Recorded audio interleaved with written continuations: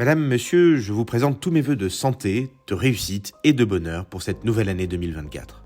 L'année 2023 a été marquée par de graves crises internationales. Des conflits entre la Russie et l'Ukraine, entre l'Azerbaïdjan et l'Arménie, entre Israël et le Hamas. Des dizaines de milliers de victimes au cours de séismes en Turquie et au Maroc. Une montée de l'instabilité en Afrique, au Niger et au Soudan. Partout, la France assume ses responsabilités pour soutenir les victimes et porter un message de paix. L'année qui s'achève fut aussi une année importante pour la France. Sur le plan économique, des réformes ont été menées à bien pour sauvegarder notre système de retraite, raffermir les règles de l'assurance chômage et conditionner le versement du RSA. Le Parlement s'est aussi accordé pour accélérer la décarbonation de l'industrie, développer les énergies renouvelables et relancer la filière nucléaire. Notre politique de réindustrialisation porte ses fruits avec de nouvelles ouvertures d'usines et des records d'investissement, comme à Chartres, où Novo Nordisk a fait le choix d'investir 2,1 milliards d'euros. Face à la pénurie de médecins, de nouveaux outils ont été votés. La loi permet désormais d'accéder directement aux infirmiers en pratique avancée, aux kinésithérapeutes et aux orthophonistes. Les médecins étrangers qui font le choix de la France pourront exercer plus facilement.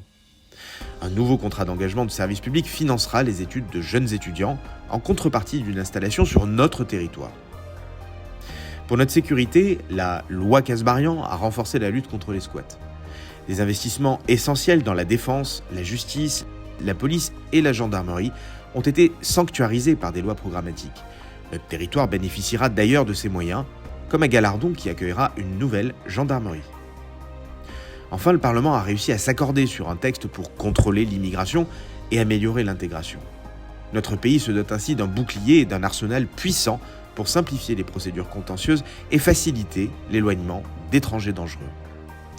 Même si l'Assemblée nationale se révèle souvent divisée, théâtrale et excessive, ce sont en réalité plus de 60 lois qui ont été votées et promulguées en 2023. Les accords sont possibles quand chacun accepte de faire un pas vers l'autre et privilégie l'intérêt général.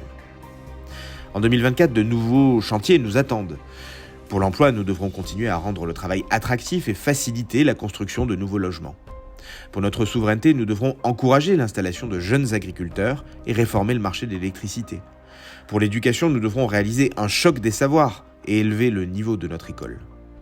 Dans un monde où la concurrence est rude, rien ne serait pire que de nous reposer sur nos acquis. Transformer la France pour qu'elle soit forte, libre et souveraine, voilà le vœu que nous pouvons formuler ensemble pour notre beau pays.